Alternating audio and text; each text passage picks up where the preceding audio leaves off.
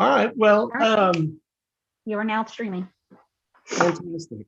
Thank you, and welcome to everyone as we, I guess this is technically our first meeting with some new folks to the Early Post-Secondary Opportunities Workgroup. I've got my screen shared with the agenda.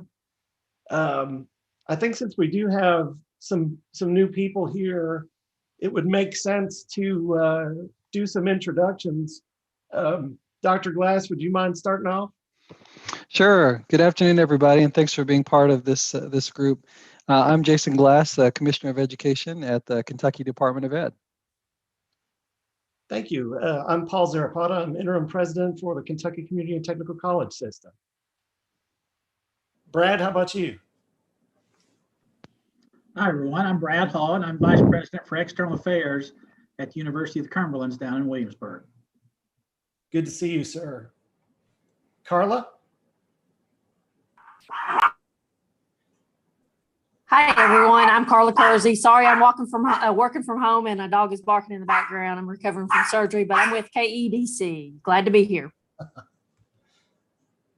Dr. Lori Beth Wilson, how about you? Good morning, afternoon, I guess. I'm Lori Beth Wilson. I'm from West Kentucky Community and Technical College. I'm also a NASAP Accreditation Commissioner. Fantastic. Dan Connell? Well, good afternoon, everyone. I'm glad to join your group. I am the Assistant Vice President for Regional Education and Outreach at Morehead State University. Fantastic. Anthony Myers? Hi, glad to be here today. Anthony Myers, Executive Director of Advanced Kentucky. Sandra Baker? Hi, I'm Sandra Baker, Director of Education and Workforce at the Bowling Green Area Chamber of Commerce. Fantastic. David Horseman? Good afternoon, David Horseman, Associate Commissioner in the Office of Career and Technical Education at KDE. Wonderful.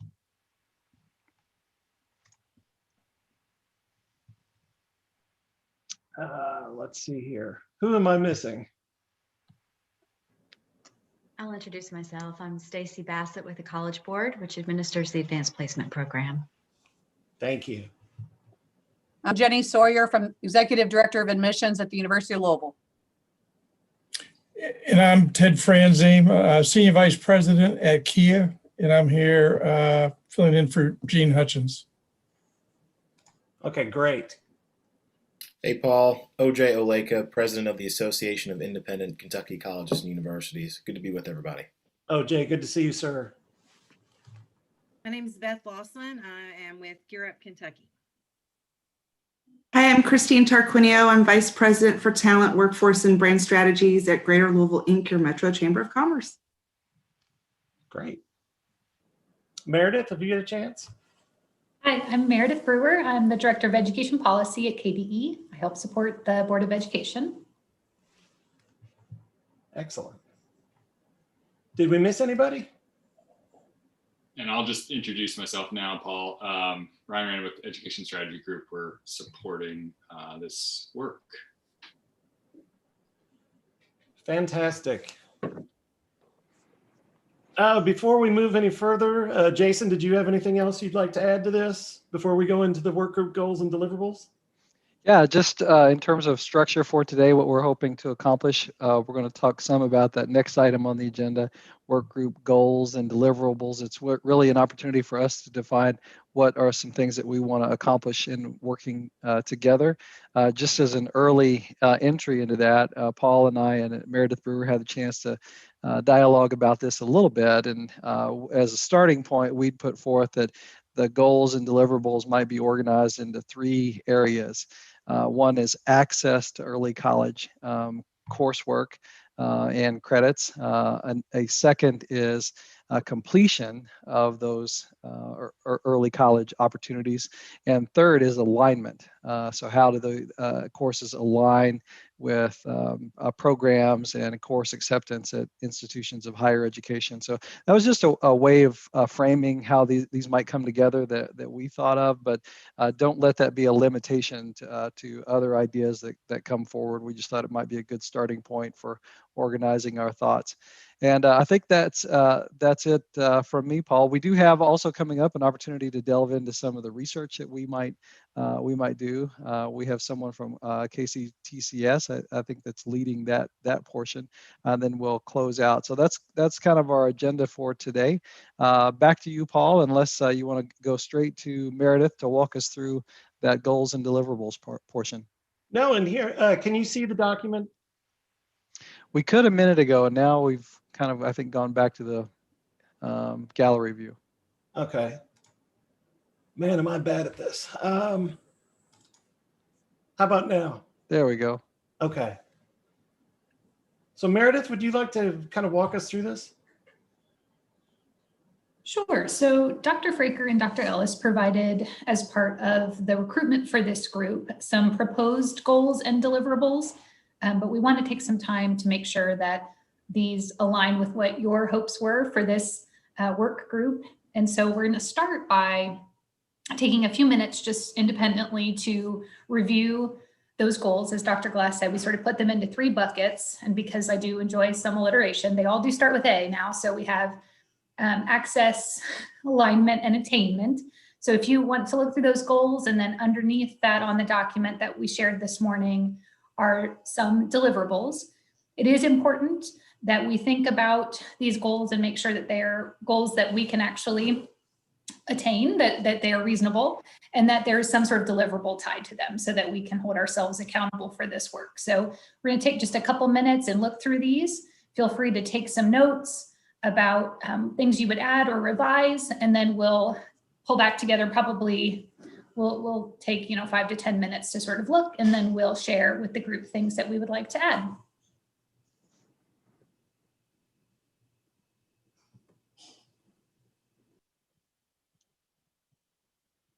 So we'll just take a few minutes if you want to review these and make any notes, and then we'll share back out.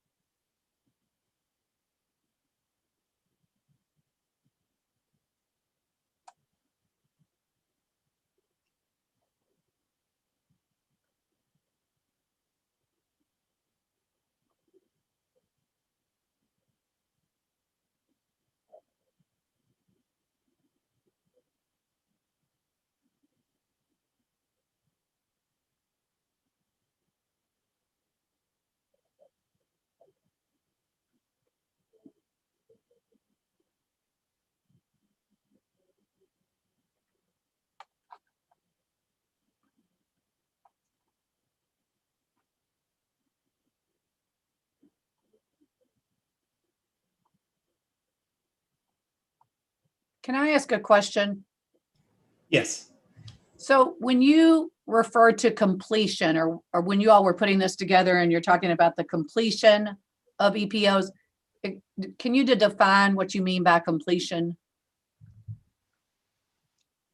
Are you talking about under the attainment bucket? Uh-huh.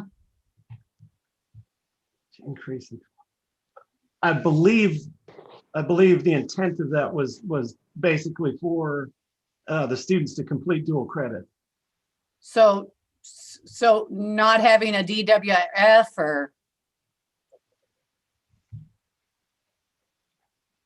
Go ahead, Meredith. Well, I was going to say, I think that it was successfully completing whichever opportunity they had engaged in. So that would be a passing grade or a passing score on an AP exam, that they were able to successfully complete those requirements. And I know that that was something when the group met a few weeks ago, sort of defining what is a post-secondary opportunity, I think is still something that the group should engage in, sort of making sure we all have common language about that. Okay, thank you, Meredith. I've got another question as well. I might be jumping ahead into recommendations, so just stop me and cut me off if this is too early. But have we totally defined what EPOs are? I know in one of our earlier sessions we talked about dual credit, obviously, but also AP and IB and some of those other things. So I don't know if that was appropriate to ask now or wait and then ask again later. No, I think that absolutely is appropriate. When how about 115, we'll gather together, and it might be a good idea to add to this document some common definitions and things that we want to be sure that we have when we're pushing this out to the continuum, so that we can all be talking about the same thing. But I do think that that was something that was still up in the air about exactly what constitutes an early post-secondary opportunity. And I think all the above, but yes, let's take about 2 more minutes, and then I think we should definitely dive into that.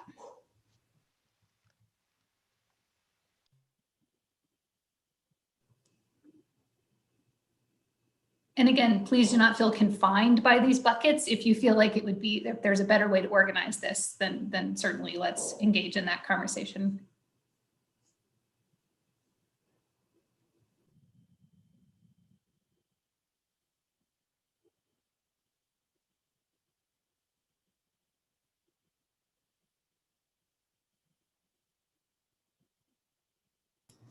I have a question about the alignment bucket. Can you kind of describe more what that word means here?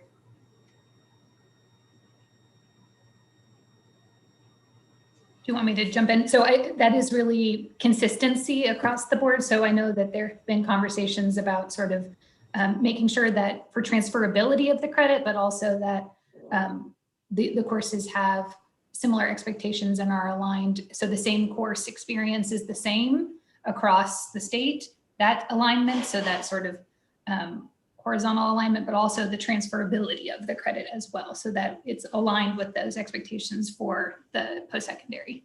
And making sure that the students aren't taking dual credit just for the sake of taking dual credit. So that might be an addition that we want to make in this area, is to make that really explicit, that point around what alignment means. And I think to your point, so alignment could be, and that may fall in access. So that's the thing. So the buckets give us a framework, but then there's some places where there's, goals would cross over. But I think we had discussed that it was important that the motivation behind the coursework was clear, and that it was aligned with the students' goals, right? So that they aren't taking coursework that ultimately wouldn't assist them in securing whatever degree they were hoping to pursue, those sorts of things. Yeah, well. I think a short way of putting that it aligns with their career pathways or goals.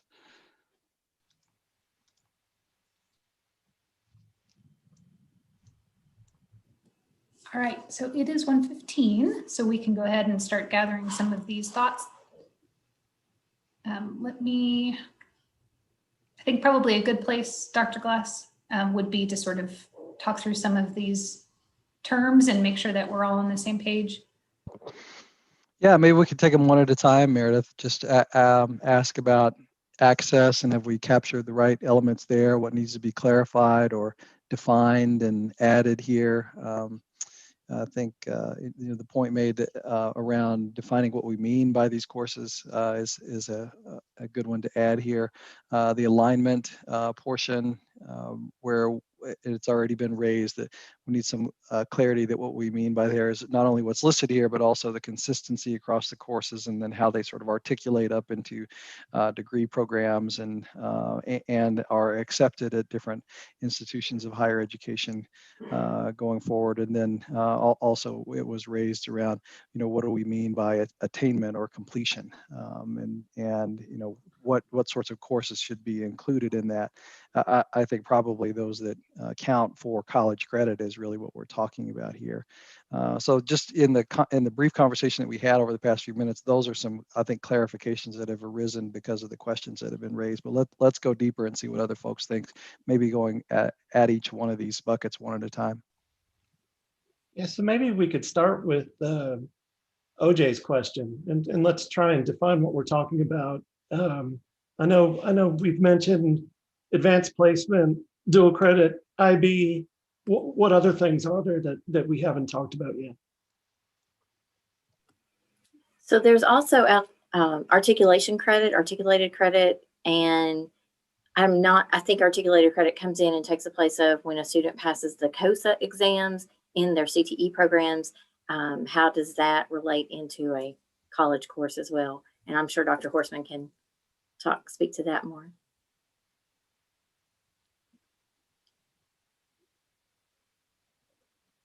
We have some early opportunities in apprenticeship, pre-apprenticeship that could fall into those categories.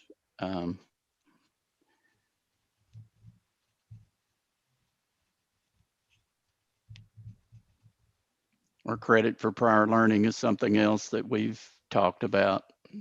That's what I was going to say. Something about prior learning assessment. I don't know to what extent that's going on between any high schools and colleges. Well, for example, culinary, if they take their ServSafe certification, they should be able to earn the college credit, or not earn it, but articulate it, I guess, culinary 100 with the KCTCS system. So if they have that ServSafe certification, or if they have their state CNA certification with MNA, they would have NAA 100 credit with WKCTC or KCTCS. So that's what I'm referring to. Or their COSA exams if they take. I'm sorry. KCTCS does have a list of those on their website that articulate, I believe, for credit for prior learning, some NOCTI assessments and others.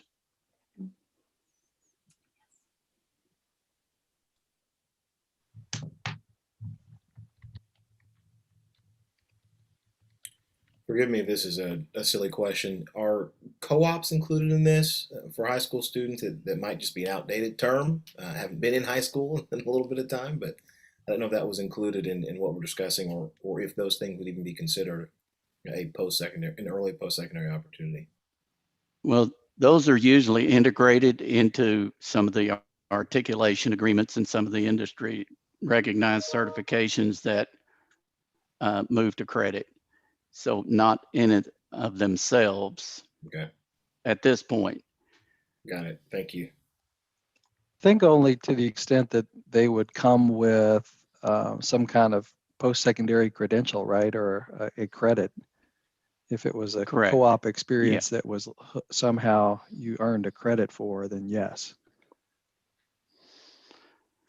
So I think we have somebody from College Board on here, but there's a nonprofit called Modern States that offers a free freshman year that prepares students to take CLEP exams. And I know Purdue has a formal arrangement with Modern States for students to earn up to 30 credit hours through CLEP exams. So that is I know that's something that we've been exploring with adults, for adult students, but it was actually set up to serve traditionally aged students. So I don't know if the person from College Board wants to speak to that. You're correct about Modern States, Jenny, and I will just share, I went online to Tennessee's webpage because I know that they also have, they refer to it as EPSOs, early post-secondary opportunities, and their list of courses are AP, Cambridge International, which I don't think anyone has mentioned yet, CLEP. So to your point, Jenny, yes, that's included there. Dual enrollment, international baccalaureate, local dual credit, statewide dual credit, and student industry certification. So CLEP does tend to be more popular with adult learners, but as I understand it from our team, is becoming more popular among high school students. And so would be another good program to include. Yeah. And I don't know to what extent Cambridge, I know we have one high school in Jefferson County that is a part of Cambridge. So I don't know throughout the state how many public high schools we have that are a part of. Jenny, I think it's still one. Just because of the oh, there's actually two. Jen, which What's the other high school? There's one in Northern Kentucky, I thought, and then I think so. Fairdale and JCPS, yeah. Yeah.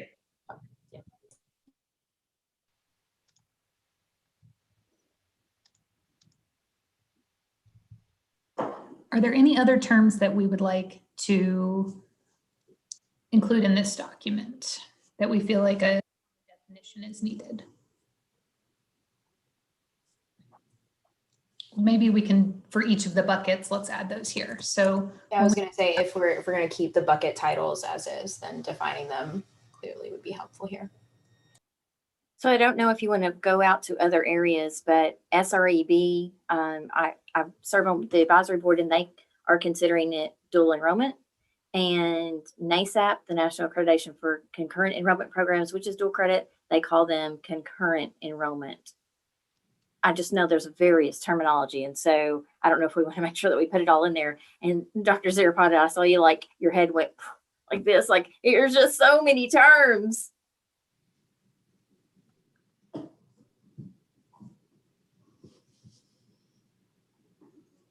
But I do feel like that's an issue with students not understanding if I'm taking dual enrollment, or if I'm taking dual credit, or if I'm taking articulated credit, or AP, or IB, or Cambridge. They don't understand that.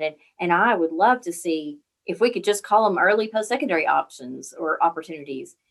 We need to be able to align our terminology so that everyone can understand what we are discussing. Very good point. It's confusing. And I think it might be helpful for the group. I think there are a lot of priorities at play and a lot of great opportunities that come from participating in any of these options. But I think for the purposes of the continuum and sort of looking at the goal that we've included at the top of this document, which is CP's part of their strategic agenda is to have that 60 by 30. And so from what we've discussed, engaging in early post-secondary opportunities has a lot of really important outcomes where students are more likely to pursue that advanced degree or certificate. So I think for our purposes, any and all of those things, any early, engagement in any early post-secondary opportunity can be beneficial. I think that sort of there's different levels of, different requirements, different expectations, different amounts of sort of pre-work that's required to engage in any of them. So hard to define them as a group, but I think just generally anything where you can get post-secondary credit would maybe work for our purposes. With the access bucket, what are some of the questions that people had specifically to how that term is used? And then we can go into the goals. Any clarity that we need to sort of make sure we pin down about what we mean by access?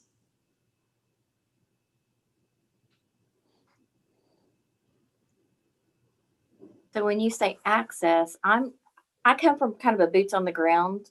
I go out to the high schools and I help the high school students enroll. So I just share with you where I'm from, what it looks like to be the dual credit lady. So I go out there and I meet with parents and students, and then I go back to the high schools and meet with the counselors. And at that point, it really is between me and the counselor who I actually get to see. So I've met with the student and parent who have heard information, but then the student and or the parent has to take that next step to contact the counselor to have an appointment to set up to be able to get enrolled in dual credit. So are we referring to that as access, or are we referring to it as test scores or GPA, that they've met the college benchmark? If you've got your chat window open, OJ put a proposed definition out there. I like it. I do too. I've added that in the document. And Dr. Freaker, I do want to pause because someone did ask about the 60 by 30 goal, which I did a terrible job of articulating. So if we'll pause and you can tell us exactly what the 60 by 30 goal, or Dr. Ellis, if she's still on, sort of, if she could help Sandra ask for more explanation on that goal. And I'll defer to Amanda to give the best definition. I think, Meredith, mine would be much like yours. So Amanda, if you're willing. Yeah, so this is what Dr. Thompson would say is his North Star for Kentucky. And it is simply that by the year 2030, that 60% of Kentuckians will have a credential or degree. And so that would be a certificate all the way through advanced degrees to increase the capacity of our folks in Kentucky, our citizens, and improve the economy and the sustainability of our families in the state. And so this is very similar to what other states, surrounding states, have set goals for. And so this is kind of the overarching goal of what we're pushing on collectively. But it's not just about obtaining the credential or the degree, but it's the real purpose of building the sustainability of our state. And so our numbers, as we shared early on, that many of you saw, and this is not new data, as you can see, our college going rate continues to decline. We know that was pre-COVID, and so we have some new challenges. And so that is the North Star. But in order to get to the North Star, the devil's in the details. And this is part of the detail group of exposure around early post-secondary opportunities. And so that kind of takes you to what that is exactly, and why we bring up the 20 by 30 or 30 by 60, or 60 by 30, 60 by 30, 60% by 2030. I'll get it right here in a second. I apologize. And so that is what the goal is. And so we know that it isn't just those who are in a post-secondary institution, but it goes all the way back and funnels back through the pipeline of exposure and access. And I think actually the way you even have it, access, alignment, and attainment of how you frame it. So I hope that's helpful. That is. And one of the reasons I was asking is, looking at some other states that talk about, the 60% within 15 to 20 years, and we talk about early post-secondary opportunities, there are some things that kids could have access to and leave high school and go right into the workplace with a certificate.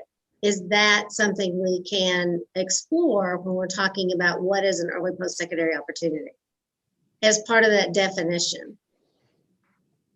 I definitely think so. And I think I will defer to David Horstman on this because this is their area of expertise. And so it's not just about a 4-year degree, right, or a doctorate, but we just got to increase the capacity. And so there are concerns though about not just any credential, because we want them to be able to use it, be hired, and it be a need in our state. And I think also, if I've learned from David and his team, CTE team is also stackable credentials to build their capacity and their opportunities. But David, I'll turn to you on that piece.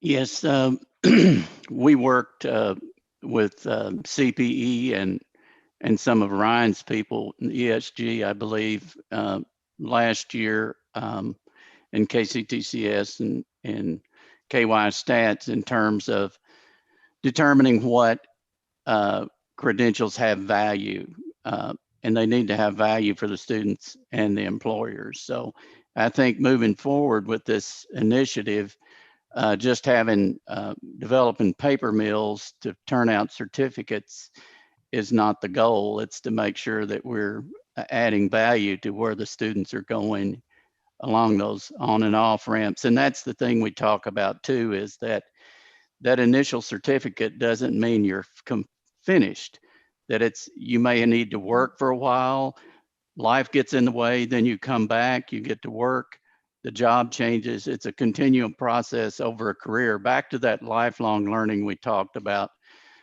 years ago. That was and I'm sure still some are, but it doesn't seem to be in the forefront as much as it used to be.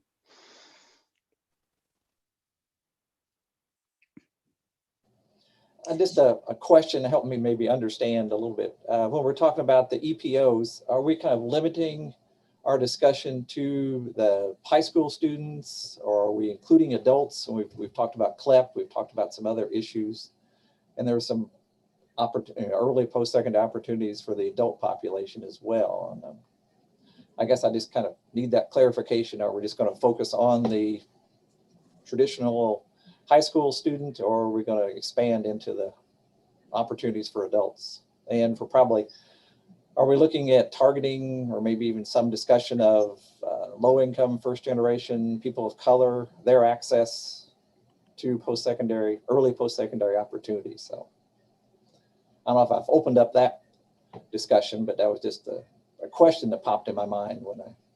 Yeah, I'll let Amanda jump in, but definitely on the URM students, minorities.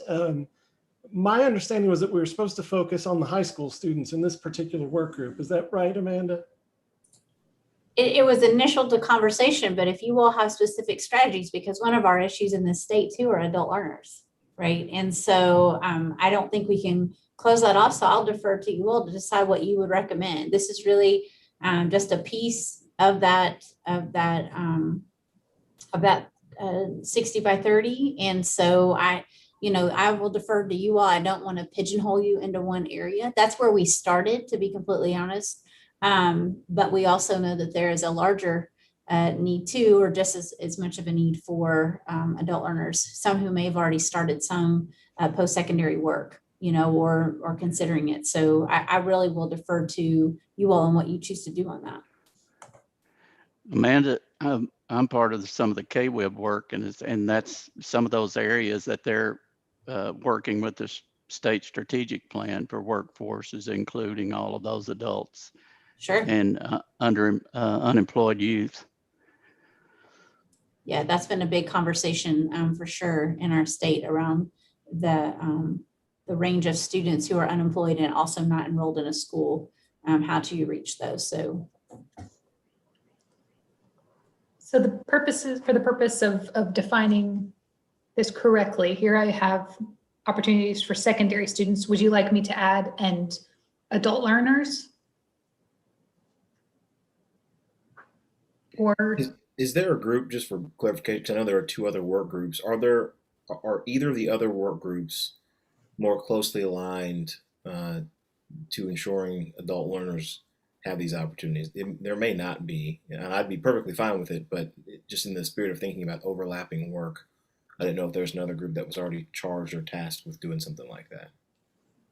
Not specifically, but this is the first week, OJ, of the meetings, of the work group meetings, and this may yield a similar conversation. So we can certainly make sure it gets brought up. I mean, just so there isn't duplicative work, because we want to be efficient in this for sure. And even if that yields a break-off piece around strategies around adult learners, which may look very different than traditional high school students, and that's acceptable as well. But I will make sure that that is something we keep on our radar, because that is, we do have the other two meetings.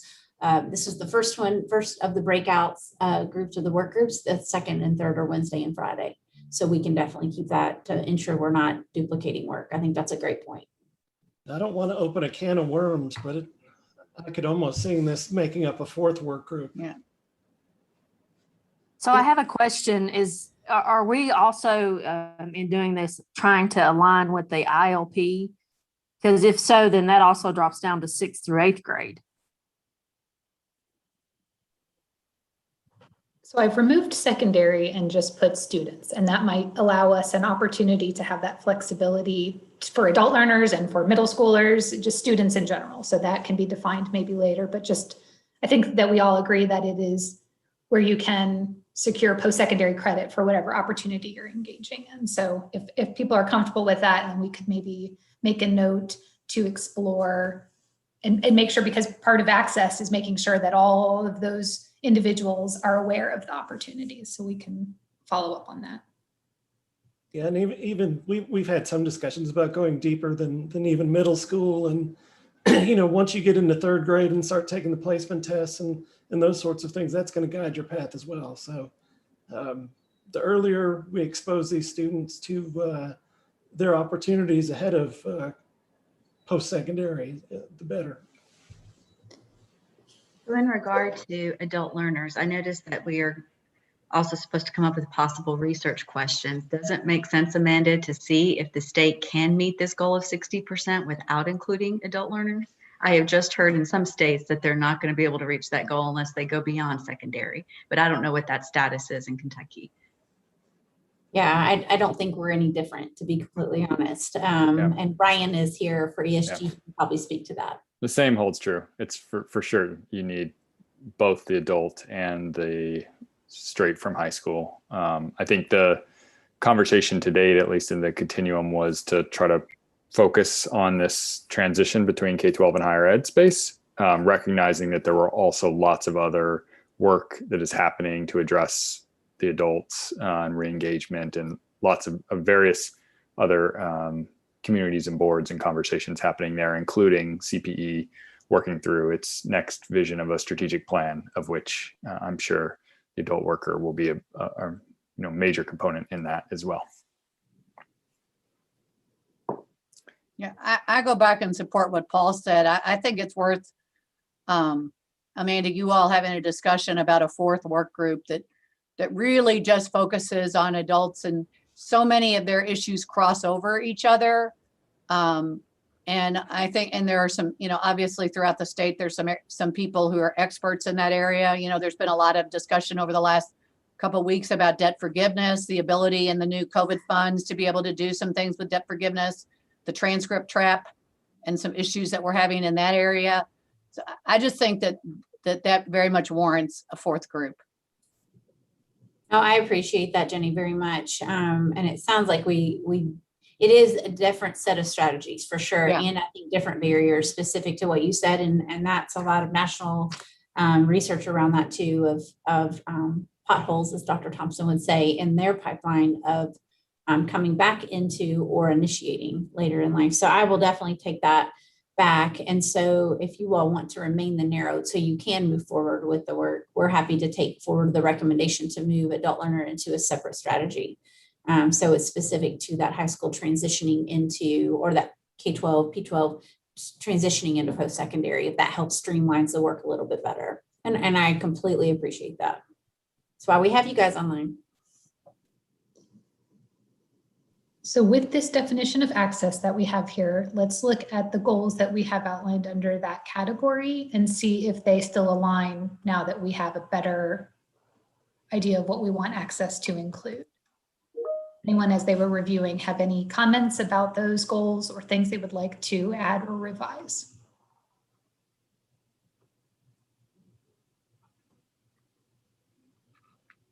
Paul, you brought up the issue of even looking back into as low as third grade or lower. Is that part of this group, or are we again just focusing on the high school? Because I think you bring up a great point about early exposure to post-secondary opportunities at a young age, because many kids by the time they hit middle school have already made up their mind.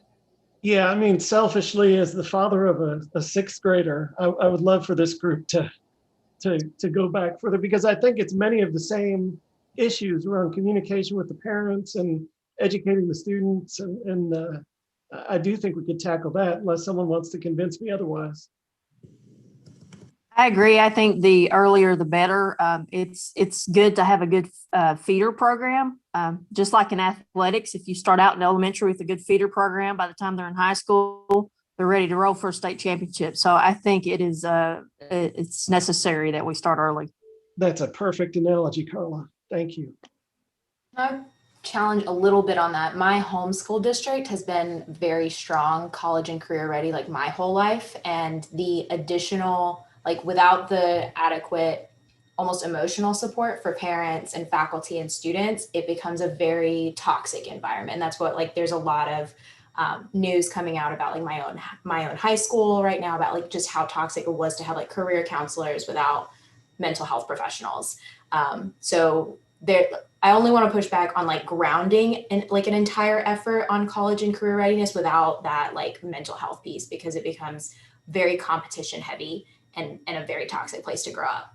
So that's like a personal experience, but also we are currently, like, I'm also volunteering with my home school district on this exact issue where we really need to, like, revamp how we think about how kids should, like, grow up through school. So only to say, I think college and career readiness early on, but also very parent focused, so that parents who don't have resources or didn't have the same opportunities, like my mom couldn't help me with anything other than CLEP. She knew nothing about any other early post-secondary opportunities, didn't understand AP or IB. So we didn't know what we were doing. And that, I think, like, that parent exposure early on is very helpful. And to the point, somebody talked about, like, it's the value of these opportunities to the kids. I don't know if you all have, like, talked about, anyway, I've done a research project on universal basic income, and that's a good analogy here, where identifying the value of secondary education for low income rural families is very difficult when they could just immediately enter the workforce, but the workforce may not be the best investment of their time and effort in the long term. So, like, being able to identify that value for families and not just the students is important here for access. If I could jump in, I know when we did talk about this the other day, and it's not so much about career readiness, it's about information. You know, I think making sure that parents, you know, my kid's not a college going child, so there's no need for me to investigate it. All of those kinds of issues, not so much focused on the end results of that credential in those early years, but making people aware not only of the information, but the process. And Dr. Wilson probably can tell you that when you get into this, parents have no clue about any of this. So I think in the context of what Paul was talking about, it's about giving that information to those parents and students early. Yeah, I think So, David, to maybe kind of merge a few of these points, there is some nuance to that in a way that if we're going to raise it to the level of focusing on it and tackling on it in this access bubble, which I think is the exact right thing to do, there can be the perspective that I think Melinda brings up, where folks can become overwhelmed if they are competing with other people who already have resources. Again, say for example, you are a low-income family, or your family has never gone to college, and then in third grade, people are saying, well, look at all the amazing opportunities you could get if your kid went to college. Look at all this wonderful stuff that you could get if you just had your kid go to college. So then all of a sudden, without having the context of the understanding that there is a little bit of time to prepare and figure out additional resources, folks can then become so consumed with the idea of, if I just get this brass ring, so to speak, for my couple kids, their lives can be changed. So that can be overwhelming. So I don't think we're saying different things, but it's a question of balance. How do you create the desire to, again, have any opportunity that a kid might want to, balanced with the resources to get there, in a way where parents feel included in the process, students feel like they can be prepared, the education system, wherever that might be, if it is a larger school, a smaller school, urban, rural, high minority, high poverty, low, all those things. Again, the research tells us those schools have different outcomes. Are all those places on path to reach success? That becomes the great challenge here. But I think kind of explaining those things all together, the strain can be big for families. We do have to have that equity focus. The information that people get is important, but I think recognizing that all those things together are necessary, I think, is where it would be good to land there, I think. I think Mr. Horseman is correct. It is about giving out the information. And I think that's how we draw the line when every student in the building gets the same information, even from knowing what their high school offers. Even at elementary, them being able to research the career pathways that their high schools are offering, I think is crucial, because not every student knows or understands what is being offered. I would agree. I think the information is really vital, but I would guess take that a further step, what OJ said. I think access is more than just the information. It is setting an environment. It's the mental health, the emotional, because many single parent families, kids coming out of foster care, there's all kinds of other issues. They can get all the information, but they could be then overwhelmed that, I can't achieve this just because of so I think access is a big, wide spectrum, I guess, is the only way I can describe it. But I think it takes in the information, but it takes in a lot of non-cognitive factors that have to be considered as part of that. And those start early.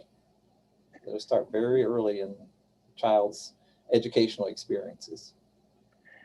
I think it's important to add too, that when you're talking about speaking to middle schoolers about these opportunities with speaking to high schoolers, it's a different conversation.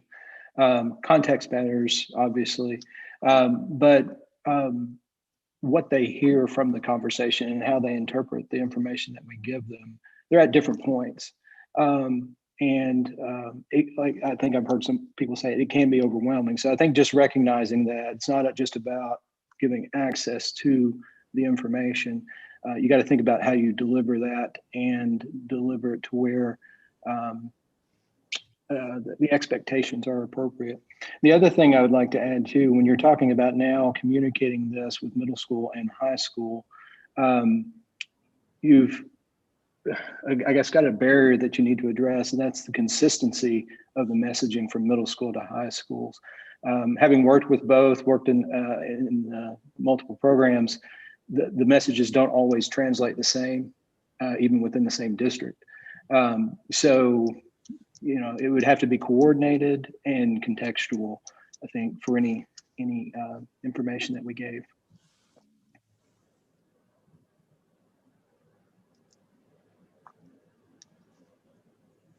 So I'm adding some additional notes here. I feel like we need to make sure that these are things that we can have a deliverable tied to. So I think as a working group, we could provide recommendations on the development of these messaging plans and keep in mind the different audiences. So perhaps there's a recommendation on how these messages would be communicated to students that are in elementary school and what our recommended supports are for that, and the involvement of school counselors and support systems, and then maybe middle school, what that looks like. I know from my personal experience, we have Educators Rising, and it is open to middle school students as well, that exploration of a career opportunity.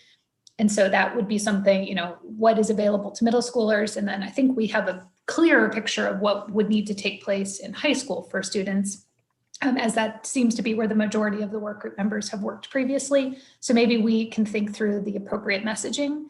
And then I also have a note here to be sure to include families in these conversations. So there are a lot of words here we could probably pare down. I'm trying to make sure I'm capturing everything, but we'll leave those for now, and then we'll make sure to follow up and capture all the thoughts that were shared in the chat, and make sure that everyone's comfortable with that. Is there anything else? I know we are running short on time, and we want to be sure we have an opportunity to engage with the research questions. Anything else that you wanted to add or change in the access? I do think if you're going to talk about families, it's important to talk about community-based organizations. I think we find that a lot of the best way to deliver messages and connect with those students is through the community-based organizations that they're a part of. Very good point. I made a note of that. And I think, in talking with Dr. Ellis and Dr. Fraker about their hopes for the continuum, the idea is that we're pulling together representatives from a variety of agencies and perspectives. And that's really the value of the continuum, is that we can bring these messages forward, and people who can, have access to resources and have the ability to push out these messages are involved in these conversations. So Meredith, I think we should probably jump into the alignment bucket because we still have got to go over deliverables. I know, well, we're having great conversation. So with alignment, we had a couple questions. So I want to make sure we have a common definition on alignment. So I think we had several different things that we were engaging with. Does anyone have thoughts on sort of a common definition of alignment here, or at least some keywords that you want to be sure that we're capturing? From the definitions that were given when I asked, I think the like front loading, aligning with a student's specific career goals or lifetime achievement goals. I don't know what we want to call them. But I think that kind of almost alignment is, I would equate it to solid advising. You've got somebody there who's helping you navigate this whole process and align with what are your goals, what are you looking for. Advisement needs to be like big, bold, capital letters, underscored, italicized, everything that you can do with that. But also in alignment, we have in Kentucky, and I assume probably everybody else has some issues like this, but alignment of college course names and numbers, because this is a huge factor for the high school counselor trying to help their students and the college counselor trying to help their students. And then all of a sudden, and I'm going to read from my notes because I just made a couple of quick notes. For example, a world civilization class at KCTCS is HIS 101 under the heritage category. At Murray State, the same class is CIV 201 under historical perspective. And at UK, it's HIS 100 under the global dynamics. So we are confusing our kids just saying, hey, you need to get into a world civilization course. And then all of a sudden we have multiple universities coming into the high school to enroll that student. Oh yeah, and AP World Civ or AP World History is also the same. I just picked 3 colleges and all of a sudden I have 3 different names plus AP for a student to try and enroll in world civilization. They have no idea what to do. The high school counselors have no idea how to help them. And heaven forbid the parents try and stay intact with that. So alignment for me is making sure that those students are getting the right advisement from someone who knows what they're talking about, but also knows enough to ask the student, hey, do you have dual credit or AP credit in any other category? And let them tell you every category that they have so that you can look it up and help to make sure that you're not enrolling them in the same class that they've already taken.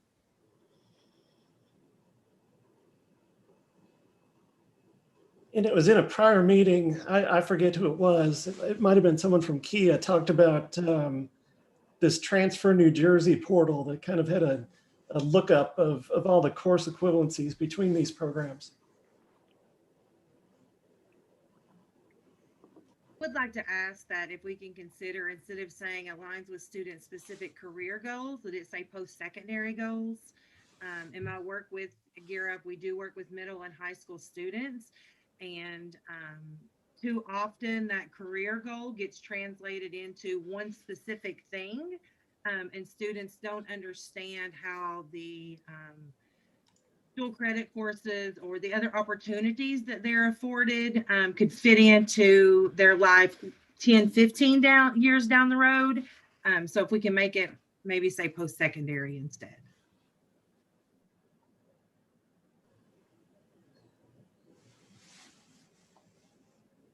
So I see here a comment from OJ about course catalog. Does that exist? We're way outside my wheelhouse here. Is there already Amanda, a catalog? All of these things exist. The course, I don't know. So there is a common tool that's used. Paul, I don't know if you want to talk a little bit about that, but for most of schools, there is a fairly easy way to look up and see how a course transfers from one public university to the next and how it falls into general education categories, which is really one of the most critical things. And that is that a course that is one general education category at one school is also then would transfer to another school. What I don't know is if we've done anything to try and actually, as dual credit has exploded so quickly, there's been a lot of education between KCTCS and the publics. I don't think that education has happened down to the high school counselor level on how to use those tools. No, I don't think it has either, Jenny. So I think that's a simpler place to start than all the difficulties with a common numbering system, which we've been down that road, right, Paul? Or we've tried to go down that road? Yes, yes. Then that would be recommend a professional learning for secondary school guidance counselors on this tool. Can you help me?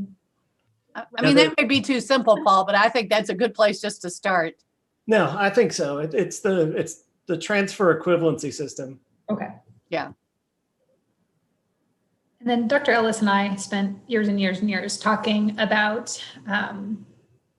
sort of that alignment across courses, even within for students. And I think that, we were always saying about algebra too, but it applies beyond that, where we want to be sure that students in Paducah are having an experience that's the same as they're having in Pikeville, and that, we want that to be a consistent, high quality experience. So that was the other part of alignment we had talked about before. I'm not sure how to capture that exactly, but a little bit of that here is in this closing gaps and ensuring the quality. Also, taking alignment down to the K-12 is making sure that if the colleges post-secondary options are English 101 and 102, where does that align with K-12? If it is English literature, is that their junior year English? Is that their senior year English? I think we need some type of alignment with the K-12 system and where these fit in. And again, they're all called something different, but a social studies class, U.S. history, is that history 108 or 109 before the Civil War or after the Civil War, which would be 108 and 109 for KCTCS. Something completely different, of course, for everybody, other colleges. But does that make sense with alignment? And I think we have to be careful too that it should exceed high school standards, right? So as long as it exceeds, because one of the comments for you, Beth, I'm glad you said that somebody in one of my meetings literally said, well, because the dual credit course does not align with the junior English, we won't allow them to take it. Well, I hope it doesn't align. I hope it exceeds those expectations, exceeds the standards, because the standards are a minimum. Even though we're not hitting them many times in some areas, they are the minimum. So as long as they exceed what's expected. But to your point, you're right, because in some of the high schools that we dealt with is that they allowed the student to take English 101 and 102, then they made them come back and take English 3 and 4 when it was duplicative. And then that took them out of another dual credit class or a work-ready or work-based experience they could have been involved with, or being involved with the career pathway and some of their opportunities for there. So I think your alignment piece is appropriate, absolutely, to what it should account for, as long as it exceeds, because some interpret differently, which is what we tried to address with the graduation requirements a few years ago, and that was fun. But that was the goal, is to exceed. You could do it if it exceeds the standards. So great point. Then our last bucket is attainment. And this is sort of our A word for completion. So what additional notes do we need to make to ensure that we're all on the same page with what we mean by attainment? I'm sorry, can I just go? I didn't realize we were closing out alignment. Can I say one last thing about alignment? Sure. I would like to, when you talk about alignment, that we think about the consumer of anything that we create. We brought up the issue of the way we describe courses within universities, and each university system has their own way of describing courses, and they have different numbering systems and lettering systems, but that's not how parents and students think about it. They think about it from, okay, what are my core requirements that I need, and then find those letters and numbers at the universities that they go to. So any alignment I think that we would want to do would take into account how they approach building their education, rather than how we've built it to give to them. How do they construct it? That was it. I'm sorry, I didn't mention that earlier. To add to Anthony's point, Dr. Ellis, I think that might be helpful as we're doing these focus groups, because that's the very kind of thing you could tease out in the conversation with folks who are going through it right now or recently did. I'm sure you all already thought of that, but as Anthony said, just to speak it into existence. No, that's great. I think it's a great point, a great perspective to receive when we do interview the families and the students, especially. I think that's pivotal. And please do tell me if I'm not capturing what you intended. I'm trying. So lots of really good things being discussed here. So with attainment, we have talked about sort of successful completion, whatever that looks like for that particular EPO.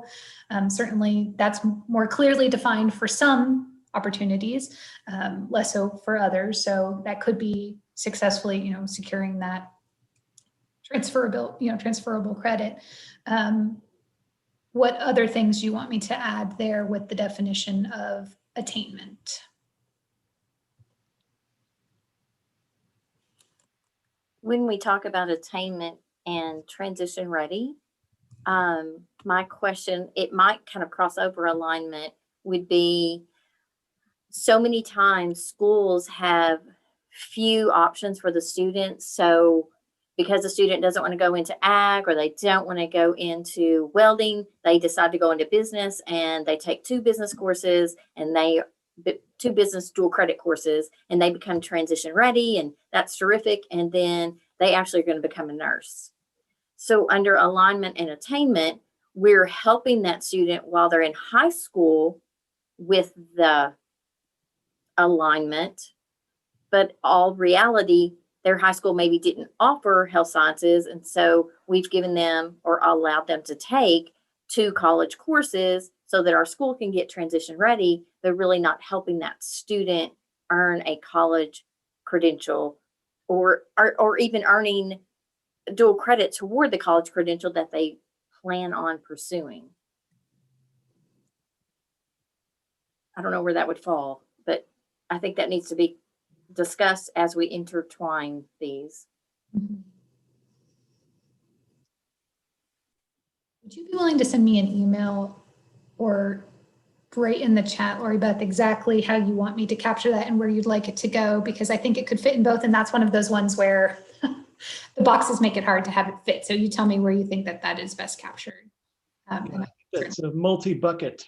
It is a multi, I know, and I almost had a column that just spread across all of them for the catch-alls, but I was trying to play within the boxes that we created here a little bit. But with the goals quickly, and then we'll transition to our research conversation on attainment. We have kind of a big one there, the second bullet there, issue recommendations on strategies and policy considerations to increase completion of early post-secondary opportunities. So that's sort of the big one.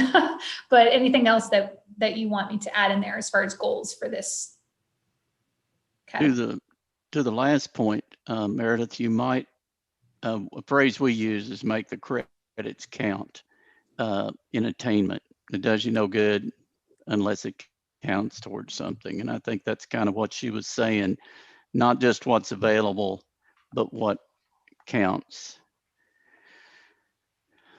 toward whatever path. So count could be credit bearing, count could count in a meaningful way for the student. Count could mean lots of things, right? Like, so make them count, make them worthwhile. Or are you saying count like? Right, make them literal? count toward whatever they're going to be planning to use the dual credit for. That makes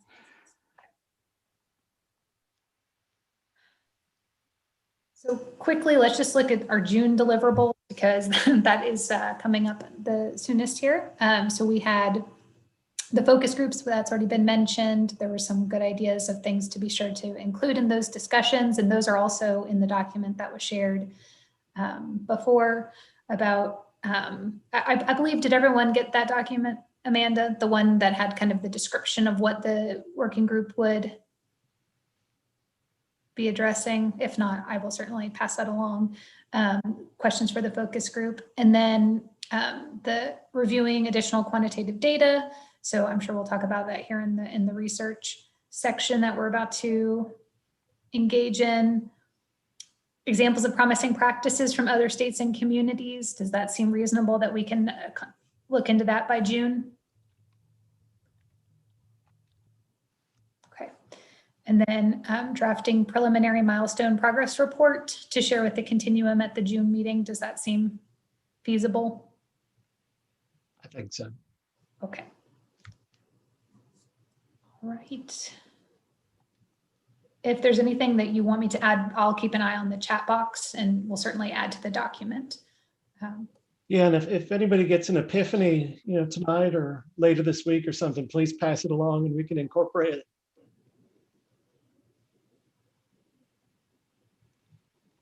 Okay. So let's see here. Paul, I don't know how we capture this, but I do think that as dual credit has grown so rapidly, we have some administrative and process issues for our students that just continue to grow every year. That as we talk about some of these bigger issues, we want to make sure we're fixing some of the current structural issues. Good point. Paul, Melina brought this up in the chat. And it was something I was thinking about too, and trying to figure out how to articulate it. I can't remember who brought it up earlier, but effectively you've got this, I think it was Dr. Wilson actually, like this rub between what the institution, like the school itself, the high school, might have an interest in providing for students versus what students themselves might actually want to do. And I don't know how you square that circle. Melina was talking about potentially it is a fourth bucket, focusing on advising in particular. Again, my research, I go back to social capital, or the position in high schools typically that does that most is the high school counselor, whether it is a traditional counselor or a college counselor. I don't know what that looks like, and maybe the deliverable is, quite frankly, is just trying to understand it on the front end, and looking at that as a potential research question to help us segue to the next item is understanding what those student needs might be compared to institutional needs, because I think that does become a challenge. To quickly finish up my thought here, because if you are given a responsibility, it's the institution that will make it based on what it needs most, which isn't always the best outcome for kids. Again, I'm not trying to say anything controversial here. I think that's just what we know happens sometimes. So I don't know how to separate those two items out in a way that would help us kind of achieve our goals here. Yeah, I actually, I suggested it because it seemed like the deliverables would have different audiences, and that seems to work best for the buckets, where if we're talking about advising, there was a lot of passion and interest in just that discussion about what do the students need. But there was also some what professional development might need to happen, or what streamlining those pathways might look like. And that would not be at all student facing, it would be more institution facing. So it seems like we would want to have more of that advising student centric piece. And that, I agree, figuring out what students in Kentucky actually need, what are they getting, what are they not getting. And then also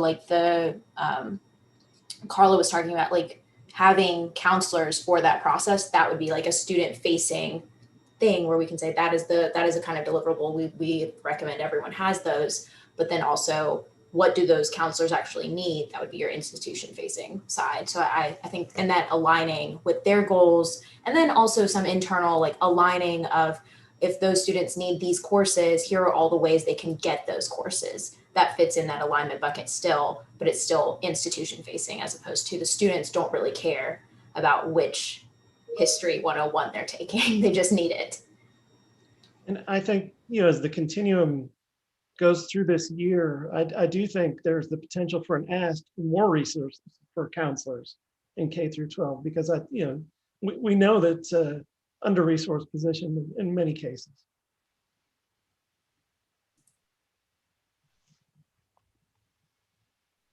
So I think what I'm hearing is that we add that as basically a fifth deliverable. Or, I know some places they come up with toolkits of how to navigate those kinds of things. I worked on a piece that was what are STEM jobs with an audience of kids who never get access to STEM courses, or there are no people coming in, there's no STEM internships in their area. no alumni from their school who would come in and talk. So what does a toolkit look like for those kids? What courses might they need? What could they do at school? I did a lot of write-ups of those. And I think that like even that, just identifying if that's an option, that could be a deliverable. Very good. I think this brings us to the third part of our agenda, which is the research discussion. And Ryan, are you going to lead that? I don't see Lauren on here. Yeah, it'll be me. Lauren is enjoying herself in Asheville. Oh, that sounds rough. Yeah, I get the pleasure of supporting you guys today. So I'm going to share my screen. Oh, I need access to be able to do that though. Let's see. So what I was planning to do was to just give, based on the initial conversation at the last CEC meeting around some of the key areas that we heard come through, was to just provide a very quick kind of national landscape, inch deep, mile wide, of some of the different things that we had heard as a way to hopefully elicit additional questions and areas of interest for further research. We have, as you'll see in a minute, done a lot of work in the space to work with states to think about policy changes to expand early post-secondary opportunities in equitable ways. So let's see, try again. There we go. Now we're good. All right. So as I was mentioning, we teamed up with the College and High School Alliance, who does a lot of work advocating for these different options, to put out a policy roadmap. This was a year and a half ago. In the roadmap, we have over 130 different strategies that we think states and communities can take to equitably expand options for students. And cite nearly 30 different states. So we can go way, way deeper than this presentation is going to have time to go in, but just wanted to touch on a few things as the conversation has sort of unraveled today. So I'm going to talk through this in kind of 5 different areas. Many of the things that we've already discussed have come up, and so hopefully I'll be able to share a couple examples with you. And then at the end, really want to spend time talking about where do you want to go deeper, both from a national perspective, but also as we work to support the focus groups. What are the questions that you would hope to be asked of students, families, counselors, principals, et cetera, to learn more in this area? And then also what additional qualitative data would be helpful to know to inform your conversations. So starting with the vision setting, I think something that both Louisiana and Washington, which you'll see in a second, have done really well is to be very explicit and defined about what the state is actually hoping to do. To your point around sort of what's the goal. So Louisiana has their K-12 board and their higher ed board of regents have set a joint goal that every student graduates with at least some essentially early post-secondary credit. And they are tracking that and publicly reporting that annually. So that is a way in which both systems have come together and said it's not just kind of, we hope that students will do this, but it is actually our goal that they will get there. Similarly, we've seen in Washington, they are going through a process right now where they've pulled together a task force to create their own goal and are setting the Student Achievement Council is the collection of their K-12 higher ed agency and their individual systems are collectively setting their own vision and a set of recommendations for how to get that. So one path to doing this is to have a formal body that will put forward recommendations and can continue to work on them kind of in a sustainable way, even beyond the sort of the Commonwealth conversations right now. On the course access piece, there was a lot of conversation earlier around informing students and families about their options. We have seen recently a few states who have taken a different tack and said, actually, it's on the system to put students in the right courses, not on students and families to ask to be in the right courses. One example of that is Washington, where legislation requires that students are automatically placed into the most advanced course option available if they demonstrate proficiency, and then they can opt out of that if they choose not to. So it's taking that out of the hands of a counselor choice or student choice, and making it a requirement. And the places, this began as a pilot in the state, and they demonstrated rather impressive improvement, especially in terms of access and success among students of color. Similarly, to your point around helping kind of create toolkits or frameworks for system level actors and or individual actors, Washington has what they call their system improvement guide, which is a toolkit for district leaders and school leaders to work through a reflection of their own data in terms of how they are supporting students and getting access into dual credit programs, as well as kind of thinking about the way in which they're staffing that and many other things. So there are tools and examples out there that do exist in other places to support districts in these choices. A couple other ideas just on the access front. We have seen some communities and states that have, similar to kind of setting a goal, have made it a component of a student's graduation plan, that they're actually being asked which of the advanced courses they're going to participate, and connecting that to their individual plan. We've seen some requirements, like in Ohio, where institutions are actually required to participate. And I think one other piece of access that I maybe didn't get named as much in our earlier conversation, but I think is really important, is defining who actually can take the course, right? There's a difference between whether or not courses are available in the school and whether or not students can actually get into those courses. And so we've seen a number of states begin to replicate essentially what higher ed has started to move towards, which is multiple measures of placement, using multiple measures of placement for early post-secondary options as well, not being entirely reliant on a single test score, for instance. Advising is certainly a huge issue, and I'm going to talk about this largely from many of the ways that you guys were discussing, kind of advising and information providing to parents and students and families, but also how do you work with counselors to support their awareness and their ability to support students.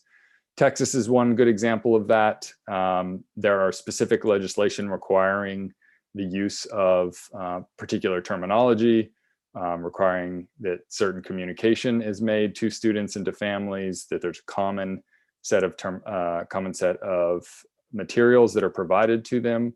And then there's a whole series of training and resources that are developed specifically for counselors to have access to, and perhaps even requirements that they participate in those courses. Similarly, Minnesota, excuse me, has a series of requirements around information for students and families. And they've done a particular good job about creating student-facing videos in different languages to help them be able to, expand their access for students that may, English may not be their first, or their families, English may not be their first language. Each of these states that I'm going to present, similar to Kentucky, actually has requirements around what information has to be provided to students. So there are ways that Kentucky has already sort of taken steps in this direction, and so I'm just trying to flag a few other options here. In Colorado, they're very focused on the connection both between the early post-secondary opportunities and CTE opportunities, and so they do have a website that compares and provides information on credit transfer, specifically around what courses that a student may take in high school, where it will transfer, and for what. On the AP front also, Connecticut is a real leader here. They have a specific campaign that they've been running for the past few years that is targeted. College Board has something called AP Potential, so it looks at students' based on their PSAT scores early on in high school, likelihood of them being successful in an AP course later. And Connecticut sends direct letters to those students informing them of their abilities and their openness options for moving into those AP courses, and have seen pretty dramatic increases as a result of that. Sorry about that. Pollen's catching up to me. In New York, also has a number of really important guidance documents, specifically around course sequencing and that outreach into the earlier grades, helping students and families understand the importance of getting into those sort of foundation opening courses early on. And they also have kind of multiple measures focus around their access to advanced courses. And then just quickly, I wanted to touch on instructor capacity. It's not something we so far have spent much time on, but it is a question that came up in the larger council meeting around how are we ensuring that the workforce that is able to provide support for these courses is at a scale that would allow the state to increase its options, and what are the common expectations that exist across the state for that. So just an example here of Iowa, who has put together a common faculty qualification kind of toolkit for ensuring that the credentialing is consistent across the state. We've also seen a number of programs in individual states in terms of investment in increasing the number of educators that have the appropriate credentialing to be able to teach these courses. So investing directly and giving loans to educators, or supporting the institutions to be able to provide that training free of cost. And then finally, just per the earlier conversation about the clarity around transfer, Iowa is probably the place that I would point to that has one of the best websites for being very clear about what course you're taking in high school and where it will transfer, which institutions and which particular courses it counts for in that core transfer library within higher education. So there are examples of the very idea and recommendation that was discussed earlier. So one last piece here is just a reminder. We are working with CPE and through some of the regional support organizations. We're going to be supporting about 8 focus groups. 8 different regional groups will be conducting multiple focus groups each. And so the hope is that there will be some additional research and direct engagement with communities to better understand their particular needs and to hear from them about the questions they have and the information they need at the state level. So what I was hoping to do in the next 15 minutes or so is to kind of get some initial reactions in terms of as we think about going deeper and providing more information about what is happening in other states, where you think we should spend our time and where we should invest that to be able to kind of report back to you, as well as how else we should be engaging in additional research and additional conversations with the community as a component of those focus groups. So I'm gonna turn this off so that we can see people, but I would love just to get any sort of initial reactions or questions, and I haven't been able to follow the discussion in the chat, so there may be some that have already started. Let me stop the share. In the research as you view these other states, did you see where they some way aligned the data of the future workforce needs and how they're actually offering and having that balance between 2-year, 4-year, because we already have so much work into our Kentucky Center for Stats. How do we take that and really show an alignment here so that we show that balance between the CTE and the 2-year and 4-year? That's a great question. And there actually is, which hopefully I think should be public soon. There's been some work underway with KCTCS and others to actually map those opportunities. So map which institutions have direct dual enrollment, for instance, relationships with which specific high schools, and then have that overlaid by particular workforce demands in those regions. So that is on a path to being available very soon, and I think is absolutely the right way to be thinking about how to ensure that there's clarity between what students are taking and the job needs of the particular community.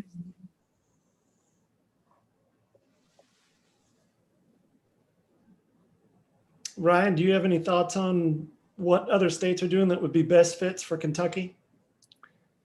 I think the sense around, I like this idea of what is the sort of set of tools and information at the student level? What's the set of information and tools at the counselor or administrator level for, one, the awareness, but then two, how to think about looking at their own data, thinking about their, what I like to call, what speed bumps or kind of hurdles are they potentially putting in the way of students being able to access that information, and then a toolkit for the higher ed institutions as well in terms of that. So that's a very tangible thing to do. I think there's some other funding issues and questions that will likely arise in terms of how do you make sure that students are fully supported. Kentucky, I would say, just generally within the national context is probably on the more generous and accessible end of the equation when it comes to access to early post-secondary opportunities. So I would sort of support the work that you guys have done in the past few years and multiple decades at this point to really expand that option. But I do think there are always questions around how do you actually make funding come through for all students. And then the last thing I would say is just back to the point around access not actually always meaning true access, right? That the fact that a course is available doesn't mean that a student is successful in that course.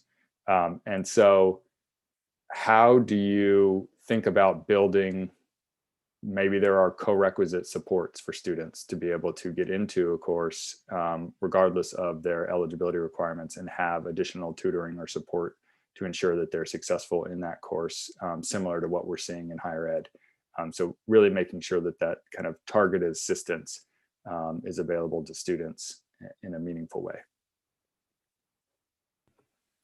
Do you have any background with the Indiana website? When you mentioned that earlier on your PowerPoint, I immediately brought it up, and it is very well done. Lots of pieces of information are right there at your fingertips.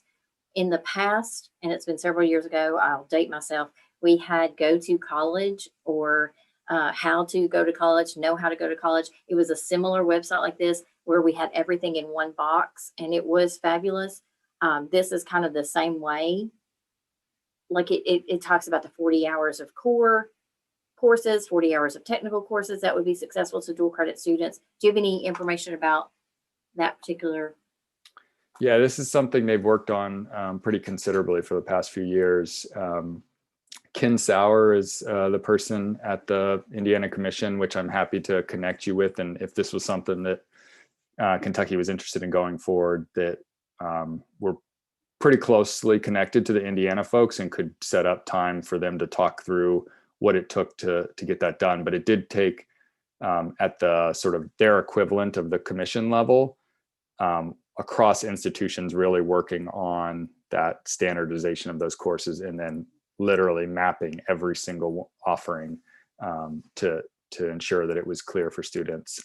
So it did take some investment of time, not necessarily investment of dollars, beyond the sort of staff capacity to get it done, and then obviously the website to host it.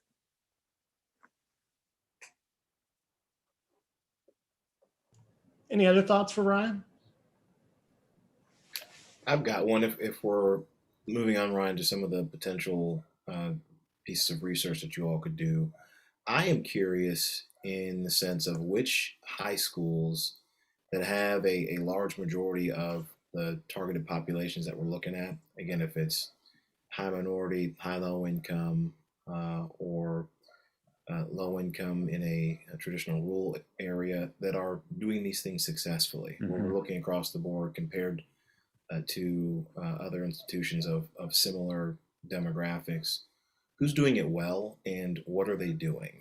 And obviously a lot of variables come into play there. Is it the culture of the building? Is it the tenure or quality of the school leadership? Is it what factors can be controlled and therefore can be replicated, and which other ones can't be? I think that could be helpful for us as we're thinking through deliverables.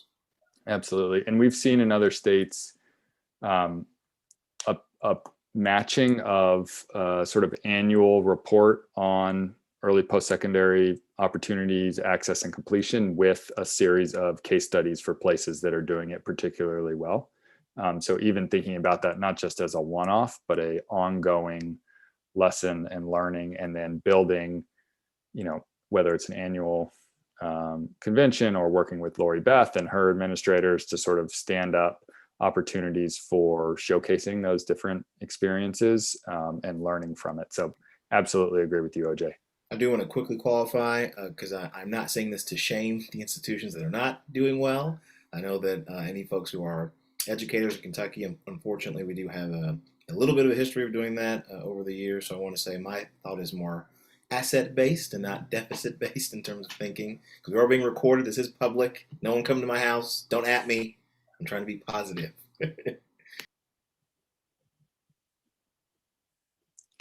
Other types of research that you think would be helpful for framing this conversation? So this might be a question for Amanda.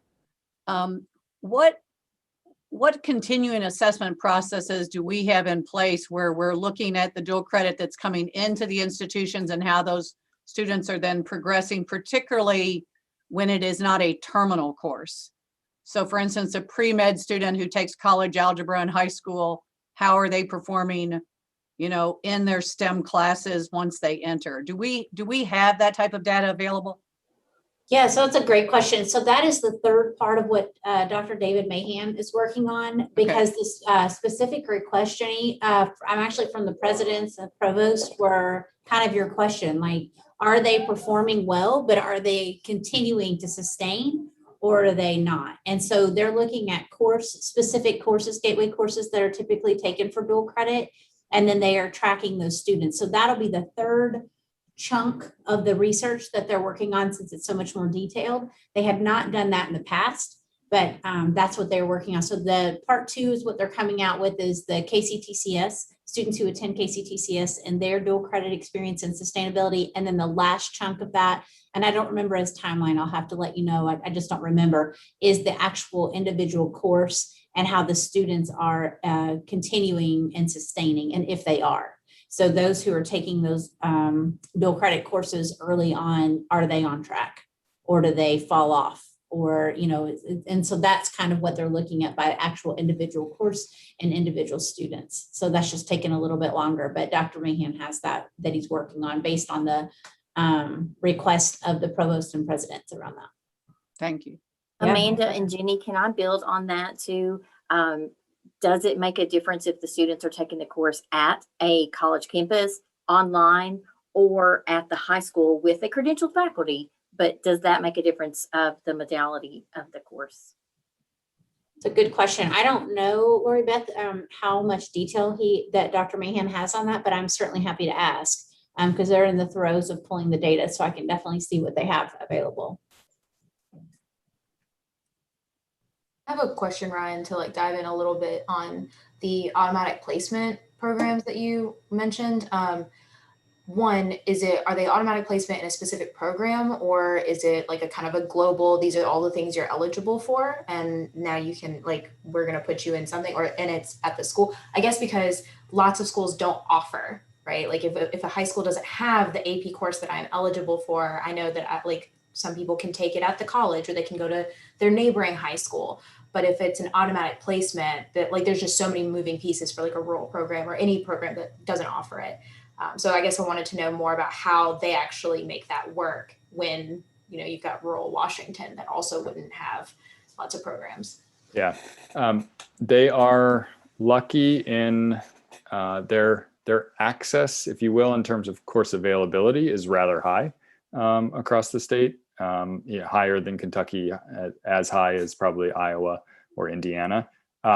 So that there's less of a concern there, truthful, just kind of purely from the standpoint of what's available. But it is certainly an issue and a question that has come up in terms of, are you, and there's always questions about, is AP the same as dual credit, and do colleges look at it the same when admissions or the credit that's being awarded as a result of that.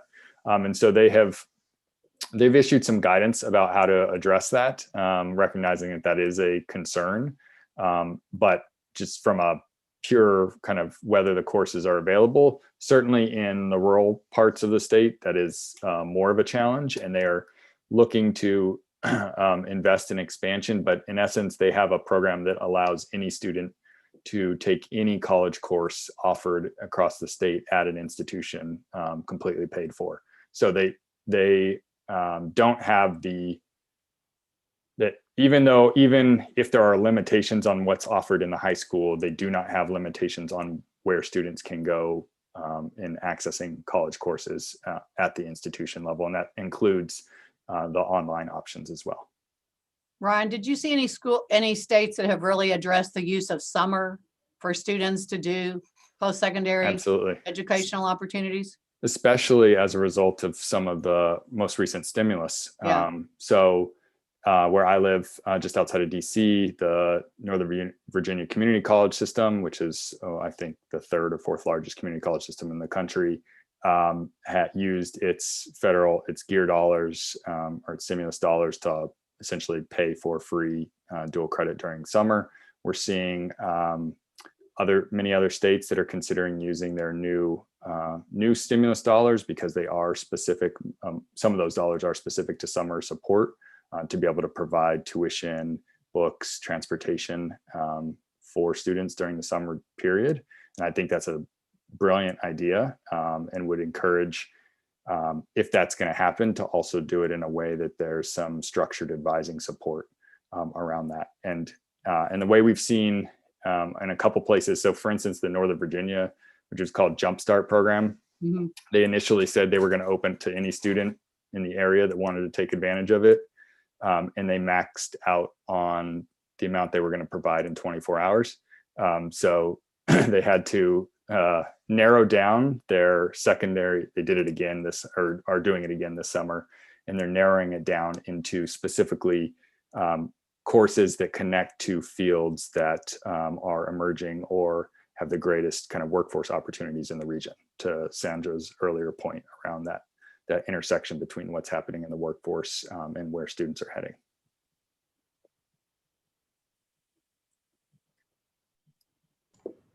Any other thoughts for Ryan? I have one more. When you talked about multiple means of demonstrating proficiency, this conversation has been pretty academic course heavy, but for our students who, well, I guess assessments are whack anyway, but if we were talking about students who are doing more experiential learning, like how did that play into it? That has certainly, in the same way that David was talking about previously, there are a number of states that specifically give or have defined college credits based on industry recognized credentials or particular coursework. So Kentucky is a leader in this area, but other states like Florida and Virginia and Ohio do something similar. So Ohio, for instance, has 120 articulation agreements for specific credentials that have been given or acquired, how that translates to a specific number of post-secondary credits. So I think doing more in that area is absolutely needed. And we're seeing that is actually, to the conversation about Washington, that's where they're spending most of their time, because they have gone so far on the coursework side. They have not given enough in their minds to the experiential learning. And so they're trying to figure out how to articulate some of that, those options. Brian, I'd be interested in maybe some of the I guess, kind of academic non-cognitive factors, or really like on advising and those types of things. Any good models that schools, secondary schools are using to encourage students to access programs, those types of things. Some of the issues we talked about earlier around advising student perception, and those types of things. There's a group that's based out of Washington that is, I'll send you the link to it. I think is doing the best work in the country. They're working across the country in trying to help have the engaged conversations with students about their perceptions of advanced coursework and their interest in being able to access it, and to the point earlier around oftentimes limitations around social capital. They're specifically working on both educator perceptions and student perceptions of the value of advanced coursework and the ability to get into it. And so they have a rubric that they survey every student on in terms of what, related to what do they want to do long-term, how do they see themselves being able to access these courses. And they pair that up with a similar rubric for educators in terms of the perceptions and the way in which they're providing support in the school, and then work with kind of a set of tools on how you bridge those two things so that the communities that have yet to be served in important ways do have that option and that support. So I'll connect you with some examples on that. I think I've not seen that writ large at a state level at a great way, but I think this particular set of schools and resources has been the data that I've seen and the work they've done has been pretty impressive.